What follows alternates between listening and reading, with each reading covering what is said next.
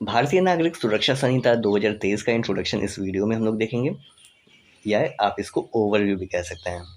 भारतीय नागरिक सुरक्षा संहिता ये है एक्ट नंबर 46 ऑफ 2023।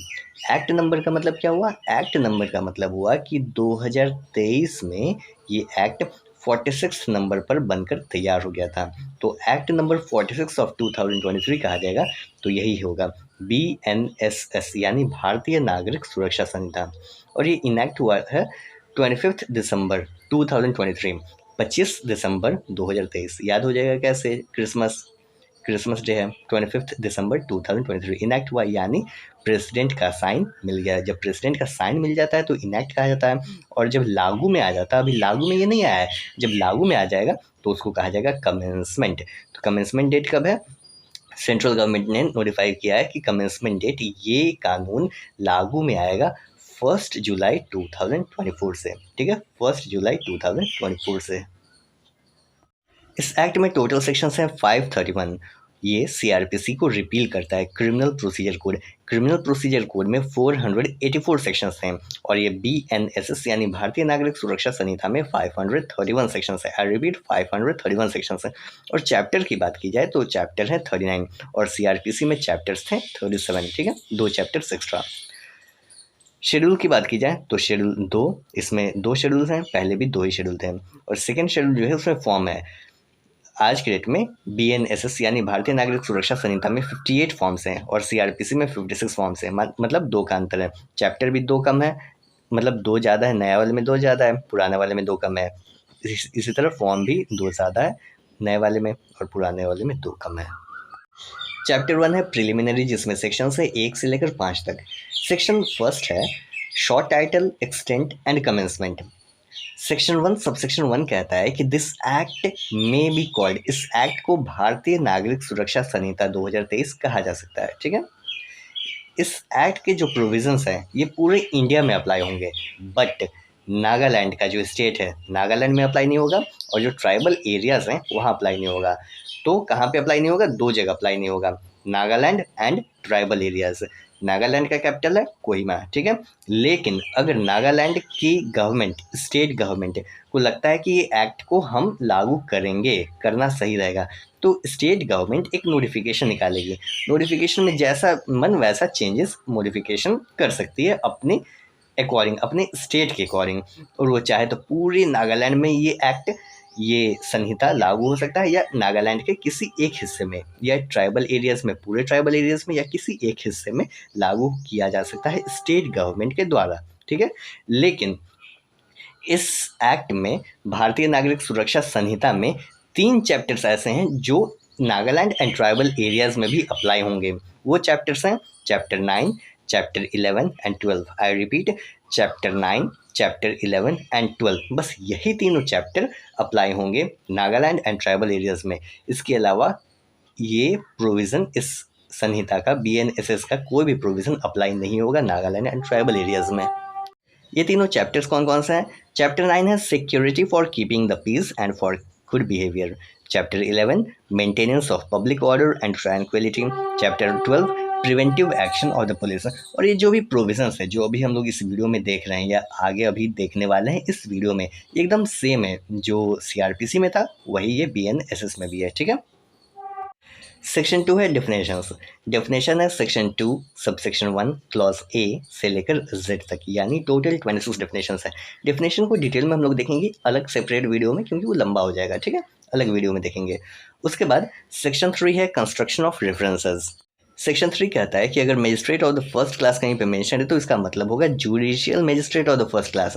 सिमिलरली अगर कहीं मेंशन है magistrate of the second class तो इसका मतलब होगा judicial magistrate of the second class. ठीक है, फर्दर ये सेक्शन कहता है कि अगर कहीं पर भी इस एक्ट में मजिस्ट्रेट की बात हो रही है और मजिस्ट्रेट का वर्क ऐसा दिया हुआ है जो एविडेंस से रिगार्डिंग है, जैसे कि किसी भी ऑन द बेसिस, जो भी एविडेंस दिया हुआ है उस बेसिस पर डिसीजन को फॉर्मुलेट करना, किसी डिसीजन पे आना है, या पनिशमेंट अवॉर्ड करना है, या पेनल्टी देना है, या किसी को कस्टडी में भेजना है, डिटेन करना है रिगार्डिंग इन्वेस्टिगेशन, इंक्वायरी या ट्रायल, तो माना जाएगा कि ये जो मजिस्ट्रेट हैं ये जुडिशियल मजिस्ट्रेट है। ये जो भी पावर्स हैं, ड्यूटीज़ हैं, ये एक्सरसाइज किया जाएगा जुडिशियल मजिस्ट्रेट के द्वारा।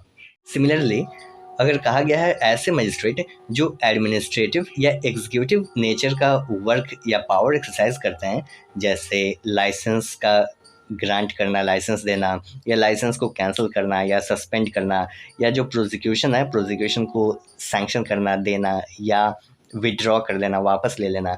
तो ऐसे पावर्स, ऐसे ड्यूटीज एक्सरसाइज किए जाएंगे जो मजिस्ट्रेट होंगे वो होंगे एग्जीक्यूटिव मजिस्ट्रेट। ठीक है। सेक्शन 4 है ट्रायल ऑफ ऑफेंसेस अंडर भारतीय न्याय संहिता 2023 एंड अदर लॉज। कह रहा है ऐसे ऑफेंस जो भारतीय न्याय संहिता में मेंशन है या कोई अदर कानून में मेंशन है उनका ट्रायल कैसे होगा। तो सेक्शन 4 कहता है कि भारतीय न्याय संहिता 2023 में जो भी ऑफेंस मेंशन है उनका इन्वेस्टिगेशन या इंक्वायरी या उनको कैसे ट्राई किया जाएगा, ट्रायल कैसे किया जाएगा, वो भारतीय नागरिक सुरक्षा संहिता 2023 में जो भी प्रोविज़न मेंशन है उसके अकॉर्डिंग किया जाएगा। और अगर कोई और भी अदर लॉ है जिसमें ऑफेंस मेंशन है, जैसे पॉक्सो हो गया, ठीक है, या डाउरी प्रोहिबिशन एक्ट, ये सब में जो भी ऑफेंस मेंशन है उनमें उनका जो भी इंक्वायरी है, इन्वेस्टिगेशन है या ट्रायल है वो भी इस एक्ट के तहत ही, यानी भारतीय नागरिक सुरक्षा संहिता 2023 के तहत में ही इसमें जो प्रोविज़न मेंशन है उसी प्रोविज़न के तहत में इन्वेस्टिगेशन किया जाएगा, इंक्वायरी किया जाएगा, ट्रायल किया जाएगा। बट लेकिन अगर उस एक्ट में, अलग एक्ट में, जैसे पॉक्सो हो गया या जो हम आपको बताएं डाउरी प्रोहिबिशन एक्ट, ये सब में या कोई भी अदर एक्ट में अगर प्रोविज़न मेंशन है कि कैसे उनका ट्रायल किया जाएगा तो उस एक्ट के तहत में किया जाएगा। लेकिन अगर प्रोविज़न मेंशन नहीं, केवल ऑफेंस मेंशन है, पनिशमेंट मेंशन है, तो उसका ट्रायल, इन्वेस्टिगेशन या इंक्वायरी भारतीय नागरिक सुरक्षा संहिता 2023 के तहत में किया जाएगा। चैप्टर 1 का लास्ट सेक्शन है सेक्शन 5, जो कि है सेविंग। सेविंग इसका मतलब होता है कि ये जो एक्ट होता है ये किसी दूसरे एक्ट को इंटरफेयर नहीं करेगा। ये इस संहिता में, इस एक्ट में जो कुछ भी प्रोविज़न मेंशन है वो किसी दूसरे एक्ट जो कि स्पेशल हो या लोकल लॉ हो, स्पेशल या लोकल लॉ हो, उसके प्रोविज़न को इफ़ेक्ट नहीं करेगा। स्पेशल लॉ का मतलब क्या हुआ? स्पेशल लॉ का मतलब किसी पार्टिकुलर सब्जेक्ट पर बात कर रहा है। जैसे पॉक्सो हो गया, पॉक्सो चिल्ड्रन लोग के बारे में बात करता है तो वो स्पेशल हो गया।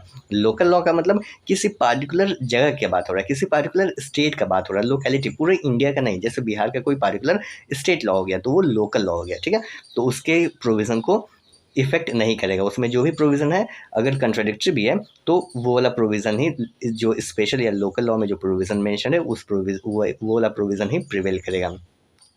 एनी स्पेशल जुरिस्डिक्शन और पावर कन्फर, किसी दूसरे एक्ट के द्वारा कोई स्पेशल जुरिस्डिक्शन दिया गया है या स्पेशल पावर दिया गया है तो उसको भी इफ़ेक्ट नहीं करेगा, इंटरफेयर नहीं करेगा।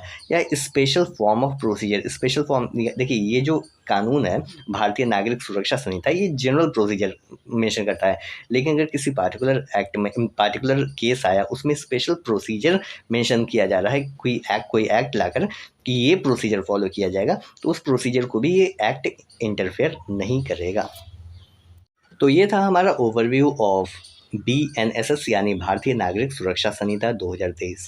फर्दर के वीडियोस में हम लोग डिटेल में अदर प्रोविजन देखेंगे जो कि मेंशन है। और ये जो वीडियो में जो भी चीज़ें हम आपको बताएं ये बहुत बेसिक चीज़ें जो कि ना कॉलेज में बताया जाता है, ना कोई यूट्यूबर बताता है, रेयरली कहीं आपको पता चलता है इन डिटेल में कि इसका मीनिंग क्या होता है। तो काफ़ी मेहनत से वीडियो बनाते हैं। आप हमें कमेंट करके अपना फीडबैक ज़रूर बताइए। मिलते हैं नेक्स्ट वीडियो में। Thanks for watching. जय हिंद।